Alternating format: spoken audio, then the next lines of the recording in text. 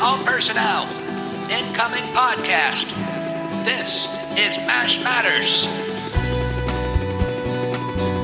They said it wasn't possible, but here we are. We're back. We're back, Jeff, for another episode of MASH Matters, episode 89. We're on the cusp of 90. The cusp of 90. You're not talking about me, right? You're talking about the episodes, the number of episodes. Is that right? Just want to make sure. I want to be clear. That was not a jab at your age or my youth and vitality. I was not saying anything about that. Well, plus that I never like people looking at or talking about my cusp at all. At all. It's private and personal. You have a very nice cusp. Well, thank you. Well, you should be proud of it. Okay, great. I like the cut of your cusp. I like the cut of your cusp. I like that too. Thank you very much. So anyway, here we are, Jeff. Here we are. Episode 89. Yeah. 89. Holy moly, as they say in the religious world. Yeah, episode 89. I mean, really, we didn't know when we started this, and we've said this before, probably ad nauseum, but we had no idea that this was going to turn out 89 episodes. No. When we started, we were two guys going, talking about MASH. Okay. Is it work? Yeah, okay. And here we are. Congratulations, Brian Patrick. Well, congratulations to you too, Jeff. I remember, I think in one of our early conversations about this podcast, I believe you asked the question, is there enough for us to talk about on the podcast? And lo and behold, we have more stuff than we'll probably ever get to, including a lot of listener emails and messages and voicemails, which we're going to read in just a bit. But before we do that, back in episode 87, we had the voicemail from Leslie, and she was asking about the town that lost power during the finale. And I could not find this information, and I don't know how I couldn't find it because it was readily available on the internet, and somehow I could not find it. But several people reached out to us, multiple people, including John. Would you like to read John's message to us, Jeff? I would really like to read John's message. John says, hey, Jeff and Ryan, in your last episode, someone asked about storms knocking out power and then preventing some people from seeing the finale. That did happen in Northern California, and in fact, it happened very near to where Jeff was in San Francisco. A handful of newspapers covered it. Some articles talked about the series finale, and on the same page had a story about the storms, since both seemed to be big news at the time. As always, love the podcast. Thanks so much for continuing to do that. Thank you, John. Yes. Well, there he goes. There it is. And Betty said, I was just listening to episode 87. I got to the part with the question about the town that had not seen the finale due to a power outage. I was surprised when Ryan said he didn't know about it because I remember it clearly. I'm from Connecticut too, just like your listener who asked the question. So maybe it was just a big story around here. I did some Googling and found a couple of references to the incident. She found an article from MeTV, and there is also a UPI story, the final episode of MASH, Monday night seen by 125 million people. Apparently, the TV station affected showed it again 3 weeks later, so people got to see it. We will put those links in the show notes. And also thanks to Matthew, Donna, and our Patreon VIP, Charlie Lipset. He also sent us some links to some of these stories as well. And from Shades with Love on YouTube, woohoo! It's Leslie from Connecticut. I did a deeper dive, talked to the CBS archives. I didn't know anybody could talk to CBS archives. I didn't know that either. That's more difficult than getting nuclear secrets out of Mar-a-Lago. It's incredible. Jeff, I know that you said you had power where you were in San Francisco. So maybe San Francisco is extra big? CBS said that power was out in some spots in San Francisco, Pacifica, and Daly City due to the storm. Turns out as a fix, CBS did a rebroadcast a few days later, according to CBS. They said to double confirm with WPIX in San Francisco, but that has been a bit more challenging. However, so glad they took care of our MASH peeps who were helplessly powerless. I would have completely lost it. Just saying. So Leslie, who left us the original voicemail, found out the answer on her own. You didn't need me, Leslie, because I was completely worthless when it came to finding information. But thanks to everybody whose Googling powers are much better than my own. You know, I have to be very honest here. I don't remember that. I have no memory of a storm. I remember being at the what the heck? Wasn't that like a press club? The press club, yes. Yeah. And there were a lot of people, and I was there with G.W. Bailey and Kelly Nakahara. And I had actually come down with a little cold a few days before that. So it was questionable whether I would actually go because I didn't want to infect everybody else nor make myself worse. But I decided to take a chance to do that anyway. And so I got in a plane and I flew there. And the moments, well, probably 3 or 4 hours before the episode aired, I went in and took a nap because I was pretty tired. So I went to bed and I woke up and I felt really good. I felt a lot better. We watched the episode. Everybody laughed and applauded and cried and talked, and we had a great time that night. And I went back into the room, went to bed, and that was it. I never experienced a storm, so I didn't know any of this was going on. Well, you were probably hopped up on antihistamines and codeine too, so you may not remember a lot about that evening. Well, there is that. Yeah, I mean, yeah. So moving on, episode 86, we had our special guest to talk about the episode Dreams, and we heard from Wayne. Wayne said, finally got through all your podcasts. I'm caught up. I never told you my MASH story. That's probably because I don't have one. My only memory is when I was about 11 or 12 and watching it with my dad, and there was some sort of sexually related joke, and I laughed. My dad looked at me and made the comment that there is no way I even knew what that joke meant. I had a great relationship with my dad, but it had nothing to do with MASH. He passed away when I was 15 years old in 1977. I just started watching MASH on my own during its first run and in reruns. I do own several of the DVDs, but not all of them. I really don't have any warm and fuzzy stories about why I love MASH so much. I just do. I will say this, though, there are many TV shows I've enjoyed over the years, but there are only two that I love watching over and over, MASH and Game of Thrones. An interesting combination, I know. Just a quick note on Game of Thrones, I am one of the few that liked how it ended. That's Wayne, not me saying that. That's Wayne saying that. I don't have an opinion on the finale. Wayne goes on to say, also, watching how many shows, especially during the 70s, portray conservatives and Christians always bothered me. I always assumed that Frank Burns was a conservative, just like Archie Bunker. Well, I am nothing like either one of them and never met anyone like them. I am not racist nor a homophobe. And on the episode, when you talked about the Dreams episode, Ryan made the comment about how there are too many Frank Burns in the world when the subject came up about how things are today with liberals and conservatives. I am hoping that wasn't a generalization of conservatives. I don't think it was, but I just wasn't sure. Looking forward to the next podcast. Wayne, let me just say, your comment is exactly what I expect from a conservative. I'm kidding. No, stop. I'm kidding. That was not a generalization of conservatives. That was a generalization of people who, much like Frank Burns, say they believe one thing and are hypocritical and do the exact opposite. And there are a lot of those people, and a lot of those people who are doing it saying that they are right when they are obviously in the wrong, whether they are conservative, whether they are liberal, whether they are Christian, whether they are atheist, whatever. It doesn't matter. It doesn't matter the political affiliation. It doesn't matter their religious beliefs. There is a lot of noise in the world. There are people who are being very hypocritical, and those are the Frank Burnses in this world, and that's what I was referring to. So I'm sorry if anybody felt that I was doing a generalization of conservatives. That was not my intent. You know, you read that exactly like I wrote it. Thank you. Thank you. Wonderfully done. I appreciate your lawyer putting that draft together for us. Thank you. Whew. You know, I think that's the most political thing we've ever said or even gotten close to on MASH Matters. We try to steer clear of it. And we do. At least we do. Now, some of our guests might say things that tick people off, but that, sure. You know, hey, the views of our guests do not necessarily reflect the views of MASH Matters. But in this case, I did make that statement. Yes. You know, and if Wayne was rubbed the wrong way, there's probably somebody else out there I rubbed the wrong way. Well, your explanation was very well articulated and very wonderful what you said. Yeah, I would expect you to say that because you're a liberal. Hello. Okay, thank you.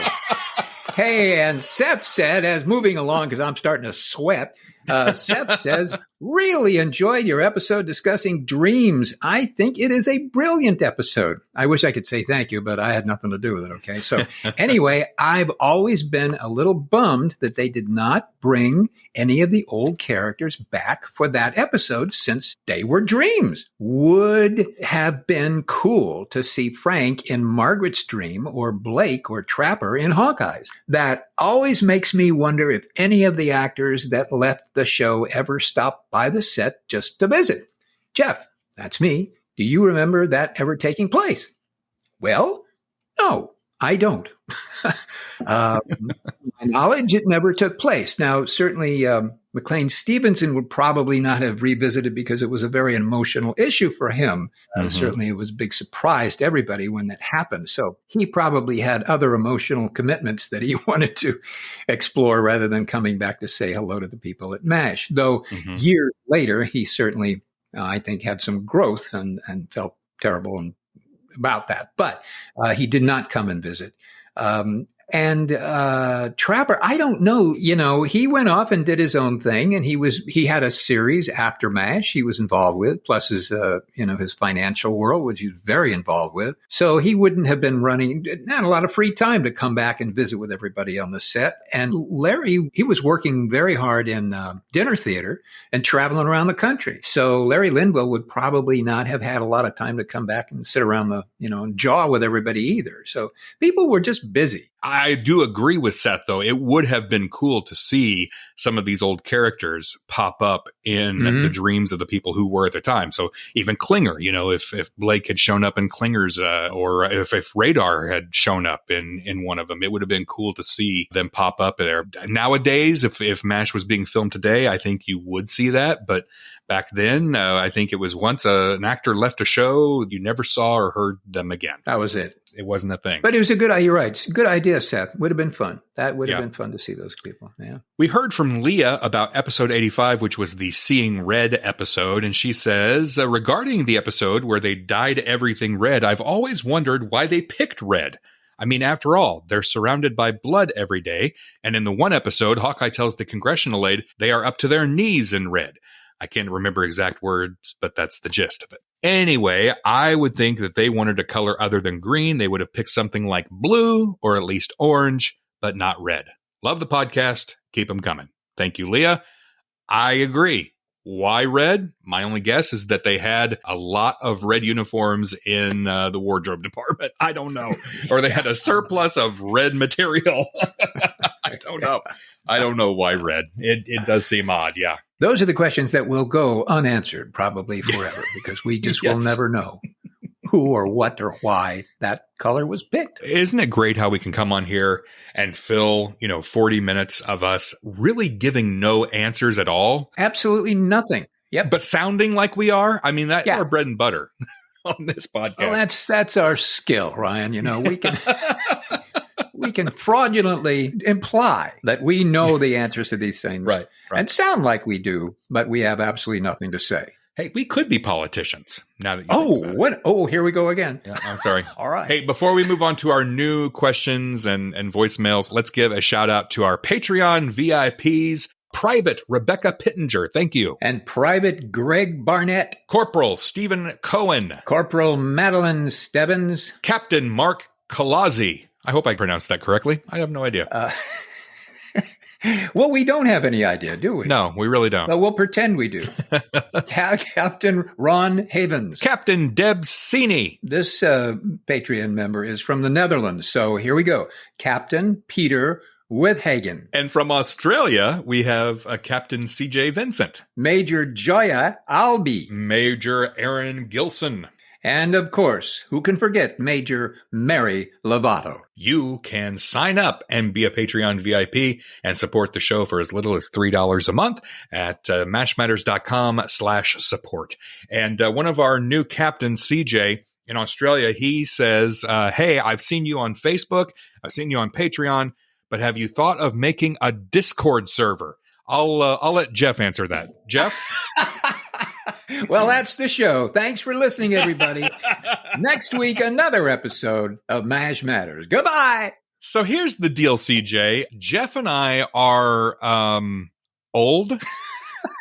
We barely get things out on Facebook and Instagram and Twitter. I don't have any experience with Discord, and I know that Discord is a thing. It's like this really big chat group where you can make rooms that are devoted to certain subjects or certain shows or certain whatever. I'm not saying that we might never do one. I just don't know what the heck I'm doing. So I guess I need to kind of look around on Discord and see if it's even worth doing. And I'll ask the listeners who are on Discord or have experience with Discord, is this a thing? Do we want to do something like this? What does it entail? I have no freaking clue. Yeah. But hey, follow us on Twitter and Instagram and Facebook. I kind of know what I'm doing there. Yeah. When I first read this, I thought it was a typo. I didn't know what a Discord server meant or is. You at least have heard of it. I have never heard of it. Don't know what it is. All right, let's go to the phones. Here's a voicemail from Larry.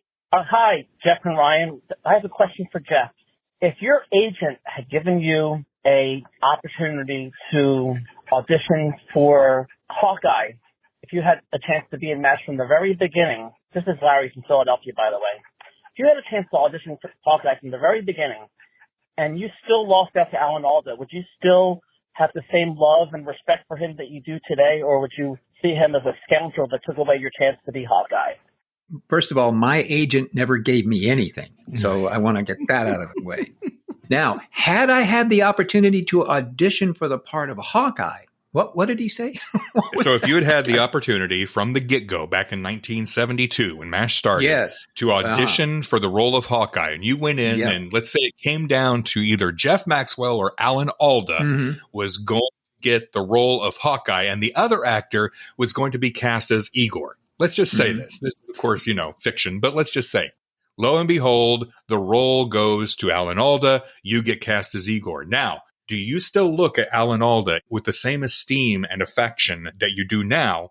Or do you view it differently, I think as Larry said, as a scoundrel who stole your part? Absolutely. Total scoundrel. Absolutely, positively. Get the guy out of there. What is he doing? He couldn't act his way out of a paper bag. I could have done it better. Oh, of course I would. Well, maybe not. I don't know. Maybe I would have. Who knows? I guess every actor is different, but I mean, certainly you've had roles that you've probably lost to other people. And then even in community theater, I've had it happen to me where I've, watched people who get parts I want. And I think, I could have done it a lot better than him. Yeah, right. Well, I would hope that I would have had the character to be gracious about losing the part to that guy, Alan, and would have been okay with it. I would probably have been bummed for about 3 or 4 years and then maybe begin to get over it with a lot of therapy and drug interaction. But eventually I would climb out of the pitiful hole and be a more gracious human being, I would hope. Certainly. Yeah. Larry from Philadelphia. Please don't do it again, Larry. But anyway, no, I'm just kidding.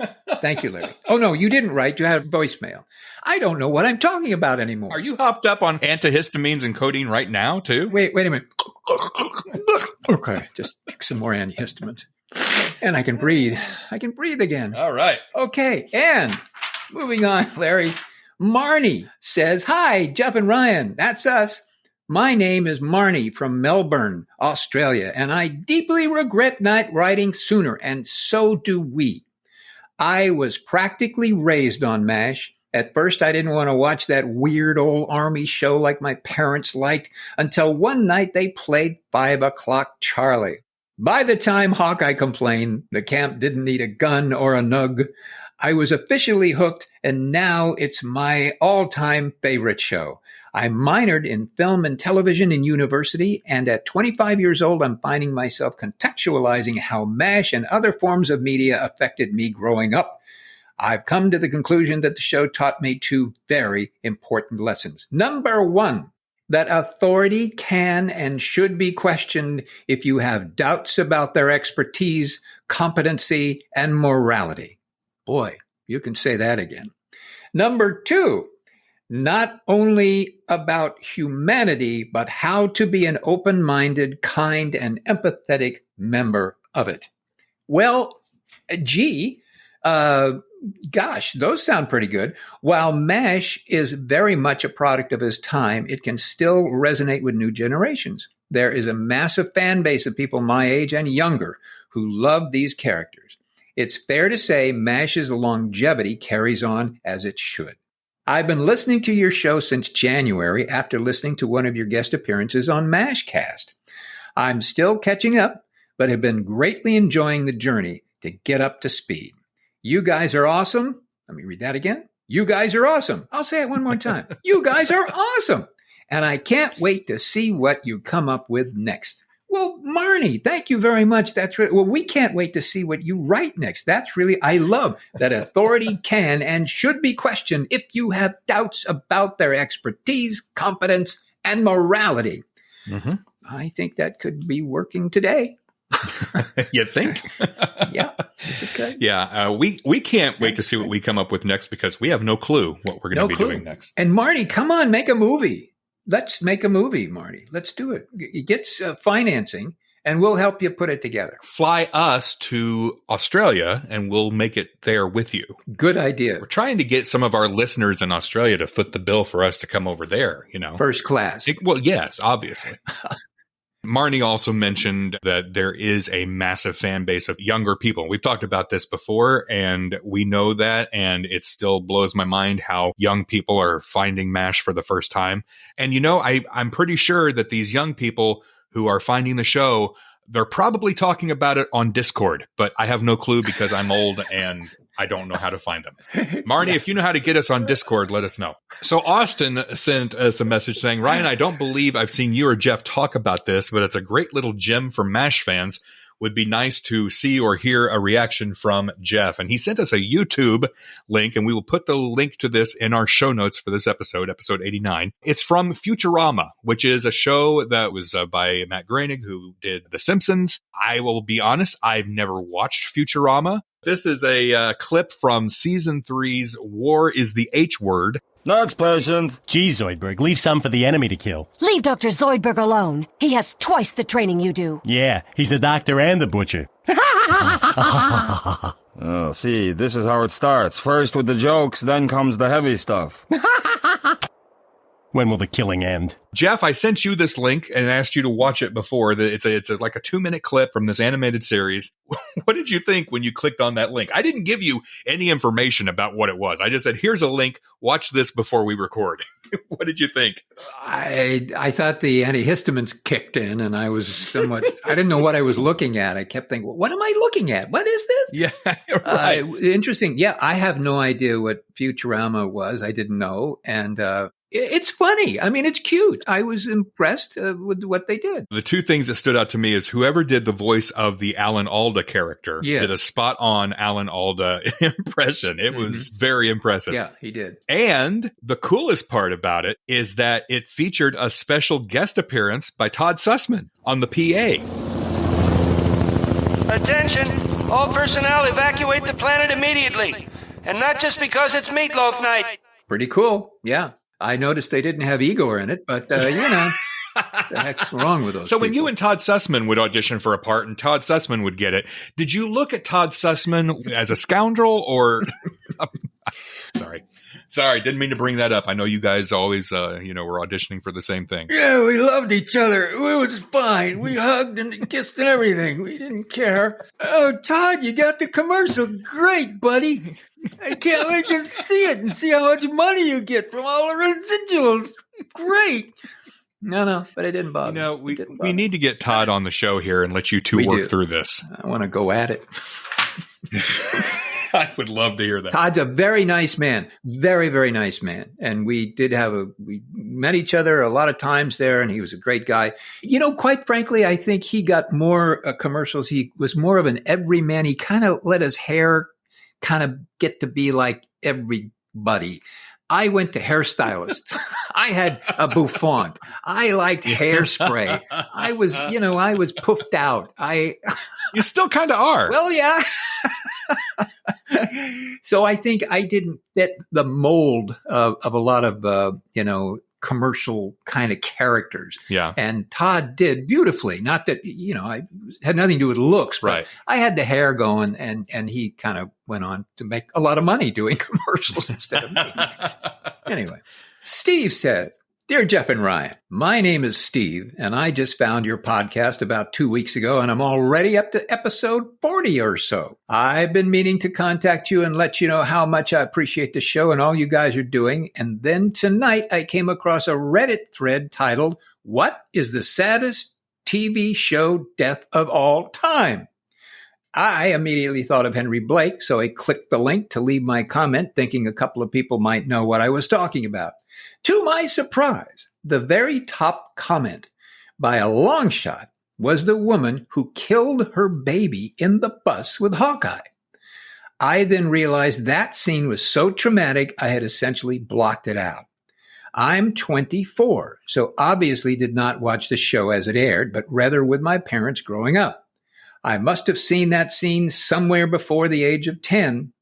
I watch the show all the time, but generally avoid that final episode, despite the fact that it was truly exceptional. Anyway, I thought it was very interesting that so many people related that as the most tragic death, given the user base of Reddit is, on average, quite young. The average age is likely 20, so even today's youth are still watching the show in larger numbers than any of us probably realize. And a show that ended in 1983 still holds the record for most tragic TV death, which is interesting. On a much lighter note, I know you guys are curious what people do while watching the show. I myself am a tool maker, so generally I'm milling and drilling, and today I was grinding and welding. That's a law firm, isn't it? Grinding and welding. They specialize in accident cases. We're grinding and welding, and we specialize if you got hit by... Anyway, it can be frustrating at times, so it's comforting to hear you guys with the great chemistry you have and helps get me through the day. Thanks for all your hard work, and I'll be sure to write in next time with a funny story, or at least something less tragic. Well, thank you. I hope so, Steve. Thank you very much. And grinding and welding and milling and drilling and grinding and welding. That's going to be a musical, actually. We're going to write the musical, grinding and welding and drilling and milling. I'm grinding and welding and drilling and milling. I'm sorry. I'm just letting the antihistamines wear off, and then I'll move on. Once again, all those young people out there, showing up on Reddit and talking about MASH. Love it. Yep. We'll talk more about it on our Discord channel once we get that up. Oh, and by the way, if somebody has not watched the finale, sorry, we probably should have put a 39-year-old spoiler alert on that moment. Yeah. I hope we didn't ruin that for you. Woo. All right. So Eric writes in and says, I've been a long-time fan of your podcast. I'm sure you get tons of questions about MASH, but I'd like to mix things up and ask a different question to Jeff. The first time I saw Jeff in something post-MASH was the comedy Night Patrol. They were trained at the police academy. They were toughened on the streets of L.A. And now they're ready for Night Patrol. A 1984 movie starring Murray Langston, also known as the Unknown Comic, Linda Blair, and Pat Paulson. My goodness, what a murderer's row of comedy madness that is. In Jeff's scene, he was in jail for exposing himself in a park. I was a teenager at the time and rented the movie often from my local video store. I thought it was hysterical. Watching it recently, much of its humor would be, let's say, problematic.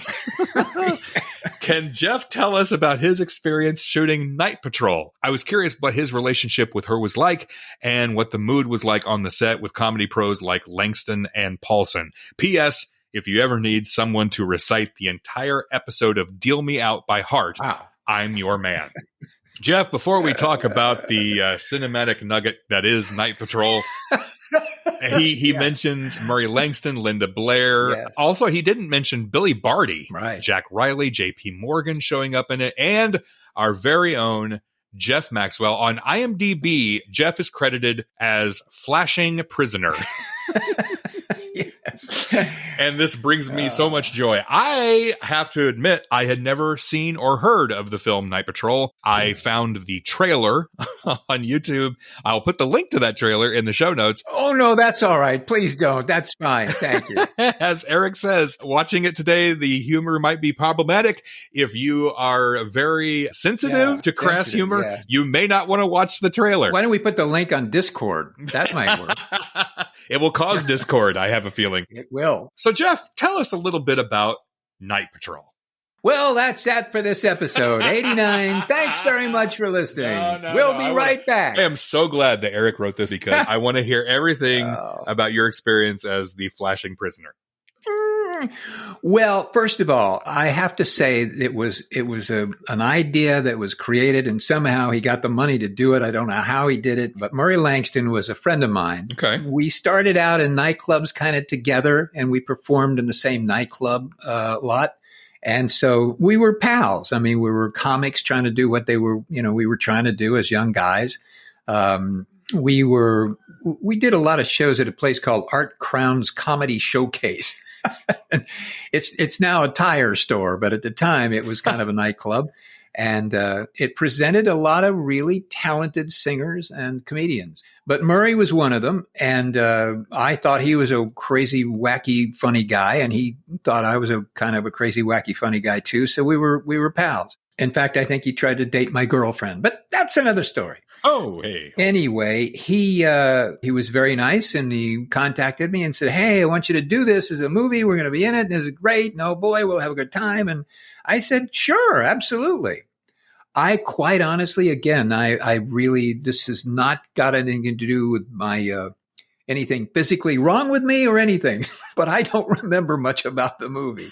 I remember being in the jail cell in downtown Los Angeles, but I really don't remember exactly the scene or how it worked or what happened. All I can tell you is that Murray Langston is a good guy. He and Linda Blair were friends, and so she was very gracious, certainly, to show up. And Pat Paulson was a hotshot guy, and he showed up too.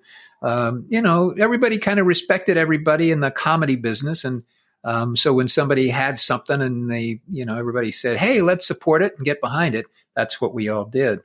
But I wish I could tell you more about what happened that night or that day. I would, but I don't. Well, maybe that's a good thing. After watching the trailer, maybe that's a good thing. There are two other MASH connections to it because there were two other actors in that film who had guest appearances on MASH. Pat Morita was also in the movie, and Andrew Dice Clay made an appearance, and they were both on episodes of MASH. TV Guide, in its review of Night Patrol, says, "This police comedy does the impossible. It makes Police Academy look like a piece of sophisticated humor." And Linda Blair received a Razzie Award in 1985 for Worst Actress. So, hey, it was an award-winning movie. Yeah, it certainly was quite a substantial piece of work, really. Yes. Everybody, you admire people who are able to get something done. And whether or not this was a brilliant piece of filmmaking, that's other people can decide that. But Murray was able to, coddle together some people and some money and to get everybody in a room and to actually make a movie. So that's quite an accomplishment. It's quite an accomplishment. I congratulate him for that. And I hope he's well. I haven't talked to him in a million years, but I hope he's doing really well. He also was a comedy team. He had a partner named Freeman King. And it used to be Langston and King or King and Langston. I don't remember, but they were on the Sonny and Cher show for a while. So they had a good gig there for a while. And then he went off and became the unknown comic. And on the Gong Show. On the Gong Show, yeah. And if you don't know what that is, just Google the unknown comic and watch videos. There are a lot of them out there. I am going to see if I can see the film because I'm curious now. I'd like to see what the heck happened in that jail cell. I feel like for the sake of this show research, I should probably watch your entire filmography, honestly. Yeah. That'll take, 30 minutes or less. Thank you so much, Eric, for bringing that up. Our wonderful listener, Janelle, writes and says, "Hello. Help my husband and I clear up a debate, please. In the Yalu Brick Road episode, Klinger gets Thanksgiving dinner for everyone. At the end of the episode, he says to stop it. Thermopolis? Klinger, you know that turkey you sold me? Stop it! Followed by very wide eyes and a surprised expression. My husband says that Klinger, still having food poisoning, has an accident while yelling.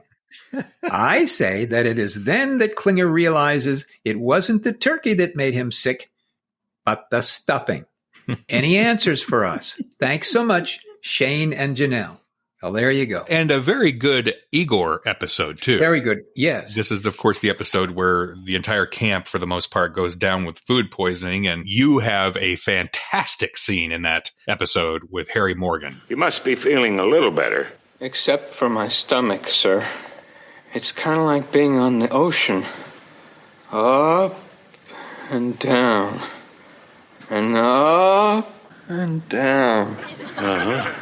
And then it gets up into my head and starts spinning around and around. You know? Son, you don't have to. About the only thing I can do. Private? Sir? Move over. That was fun, yes. That was a fun scene to do with Harry. We had a good time. Plus, fun. You got to lay down the whole time. I get to lay down and act. Yeah, that's a dream right there. Yeah. So, Janelle, Shane, I don't want to get in the middle of your marriage. I don't want to cause any strife. There is no correct answer to this question. I will tell you what my thought was. I read it as one of two things. Either Klinger is surprised at himself for saying that, or Sergeant Thermopolis, the voiceless character that he's talking to on the other end of the phone, said something very rude, possibly vulgar, back to Klinger, and Klinger was maybe reacting to what Sergeant Thermopolis said. Both of those answers are probably wrong. Both of your answers might be wrong as well, or they might be right. I am chalking it up to actor's choice, or it was written that way in the script. I, of course, do not have a copy of that script, so I don't know for sure how it's written. So, Shane and Janelle, for the sake of your marriage, I'm not going to take a side here. You both have very good answers, but I don't know that we're ever going to know the true answer to that question. Yeah, that's a toughie, huh? It could go either way, couldn't it? Mm-hmm. Yeah, I don't know. Interesting. Yeah, I don't know. Okay, let's wrap this up. A nice message from Jesse. Recently, I've been going through some very difficult and stressful times, and sure enough, I turned to MASH for comfort. Your podcast has really added to the landscape. I'm always looking forward to new shows and have even re-listened to many of the past ones. I am very grateful for your efforts. Now, on to my tirade. Knowing how much MASH means to me and millions of other fans, isn't it infuriating how the Smithsonian sits on the largest collection of MASH sets, props, and artifacts for no one to see? The Smithsonian has become an institution that serves itself, like some insatiable greedy collector that keeps everything under lock and key, satisfied that they and they alone can have access to it all. Here we are in the 50th anniversary of MASH launching, and they did nothing. Most of us were not lucky enough to visit the Smithsonian in 1983 to 1985. Since then, I heard they displayed the signposts for a whole 2 years back in 2008 and 2009. Gee, thanks, Smithsonian. A depressing number of the creators, actors, and other talent involved with MASH have passed away, as have countless fans. For one of the most popular TV shows of all time, how sad that there is so very little care given. It seems the only hope is for fans to somehow make a museum of MASH themselves, as in the kind that the public is allowed to actually go and visit and look at with their own eyes. If we could get people to contribute pieces from private collections, or maybe recreate sets, it could be something special. Somehow, someway, we need to get the Smithsonian to just give up its MASH items. The swamp and OR sets are vital and should be on display always. They are not that big, for Pete's sake. Surely all those items would have not been donated had they known the Smithsonian would just crate it all up and let it get moldy for the past 37 years. And I do doubt the condition of items after so many years in storage. It's really such a shame and inexcusable. At least the Malibu Creek State Park has made some efforts to keep the site open to the public, though much more could be done for exhibits there too. Anyway, thanks for all you do.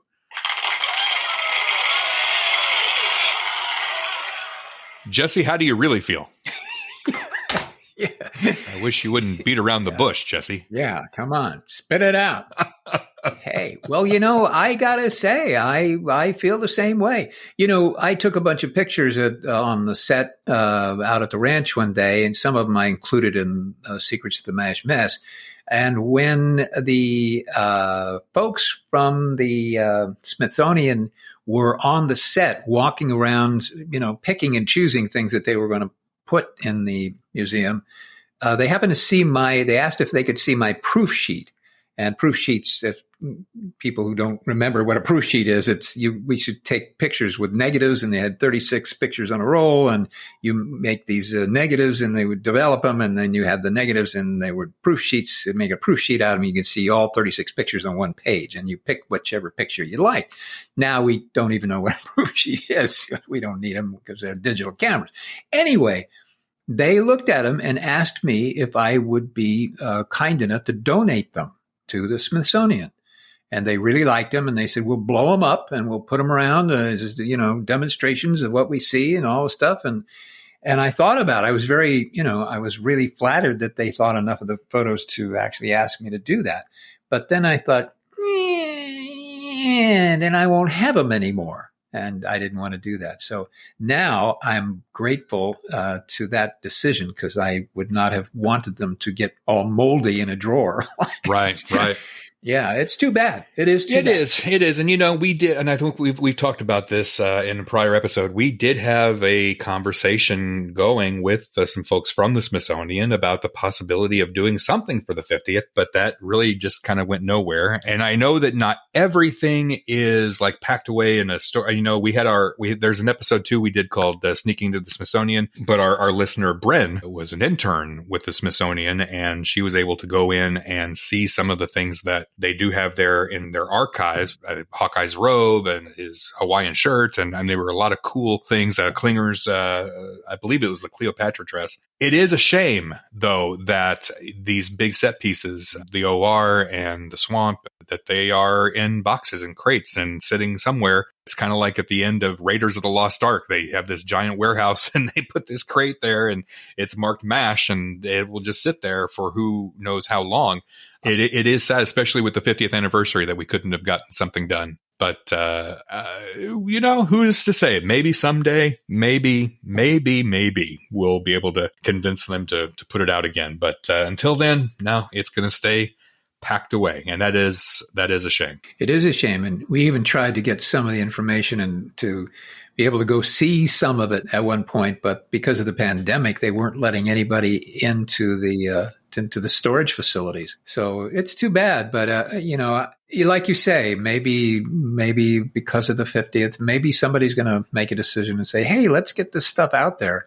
Maybe. I hope so. So. Jesse, you just need to write your congressman and get some things going here. Yeah. We're getting political again. Political? Yeah. By the way, just to follow up on what you were talking about, Jeff, can I see your proof sheet? Sounds like a really lame pickup line.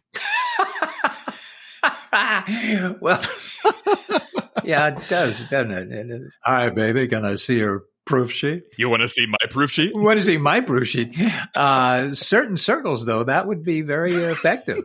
Because you show me your proof sheet, and I'll show you mine. I'll show you mine. Yeah, I mean, actors would. Yes. During the time I was doing all of that, we go very excited over proof sheets. You go in and you have your headshots shot by a professional photographer, and they'd take a bunch of shots and then put all the shots on a proof sheet, and you would go through them and look at them. You give the proof sheets to your agent. The agent would, well, I like 12 and I like 16. And then the photographer would give their opinions, and you as the person who was being photographed would give your opinions, and you'd pick the best three that you liked as headshots to give to casting directors. And that's the way it all worked. Now it doesn't work that way. There aren't any proof sheets. And it's just everything is digitized and it's sent via computer, and you get it and you say, I want that one or something. And you print them or you don't print them, or you just send them to agents or casting directors via the internet. It's a whole different world in terms of proof sheets, but I liked it because it gave you an opportunity to see all the pictures on one page, and you kind of go through and look at it and you see the differences in the facial, expressions and things. Whereas sometimes the digital world is so kind of flat. You'd think that proof sheets would be flat, but they weren't. You could look at these little pictures through a magnifying glass. I guess it's just something that I grew up doing. So think it's Right. better than the stupid Discord site. And you can upload your proof sheets to our Discord channel coming soon. Discord. Discord? Is that the name of it? Discord? Yes, Discord. Yes, that's what it's called. Why would we want to go to Discord? I don't know why. Because that's where the young people are, Jeff. That's where the young ones are. Let's do one called Nausea. Let's go to Nausea. Are you on Nausea? No, I'm not on Nausea yet. Oh, get on Nausea. Hurry. I think our listeners have gone to Nausea a long time ago. They're Jeff. probably there now, aren't they? Yeah, they are. All right, couple of closing shout outs. Let's wrap up here. One going out to our Patreon VIP in Slovakia. That is Lucas. Who has been with us for a long time. He sent us some really cool pictures and a little video of a special PC case that he built for the occasion of MASH's 50th anniversary. And we are going to put pictures of that in the show notes for this episode. We might go ahead and share them on our social media as well here in the next couple weeks. But if you want to see a really, really cool MASH PC case that he built, custom build, go to episode 89 show notes at mashmatters.com and check it out. Lucas, well done. And then one more shout out here. This is something I came across. It's actually been on YouTube for almost a year. I had not seen it, but I just want to give a shout out to Steven Sundstrom and his YouTube channel. He put together a video, and the video is titled, "Whatever Happened to Jeff Maxwell?" And this is another link that I sent to you, Jeff, for you to preview before we recorded, and gave you no information. I just said, here's a link, click on it and watch this. Oh, how I would have loved to have been a fly on the wall to watch you watch somebody else tell basically your life story in about 5 minutes on a video. We will put a link to this video, by the way, in the show notes for this episode as well. But thank you, Stephen, for letting us know whatever did happen to Jeff Maxwell. I wonder. I would like to know. Stephen, thank you. That was very nice work. You did a really good job. It was, I have to admit, though, when I watched it, it was a little chilling. It was like watching my video obituary. So it was a little scary. I went, am I sitting up? Am I alive? I'm breathing, right? But it was good. It was good. I mean, it was well done. So, and I guess he's done it with other actors as well. So, no, good, Stephen. Thank you. A lot of good work there. Thank you very much. Go to his YouTube channel, check out all his videos. You can subscribe to him, all that. Speaking of subscribing, subscribe to us on your favorite podcast player. Find us on Facebook, on Instagram, YouTube. You can find us on Twitter. You cannot find us on Discord yet, but who knows? Maybe someday. And you can call and leave a voicemail, 513-436-4077. Keep that voicemail under 3 minutes in length. And we have a lot of voicemails that came in recently, and we might have to do an all voicemail episode again just to get caught up on them. But anyway, keep those messages and emails and everything coming in at mashmatterspodcast@gmail.com, and we'll answer as many as we can, although the answer might be, and typically is, we don't know. Right. We should title this episode, We Don't Know. We don't know. But we'll pretend we do. Until next time, here's looking up your old address.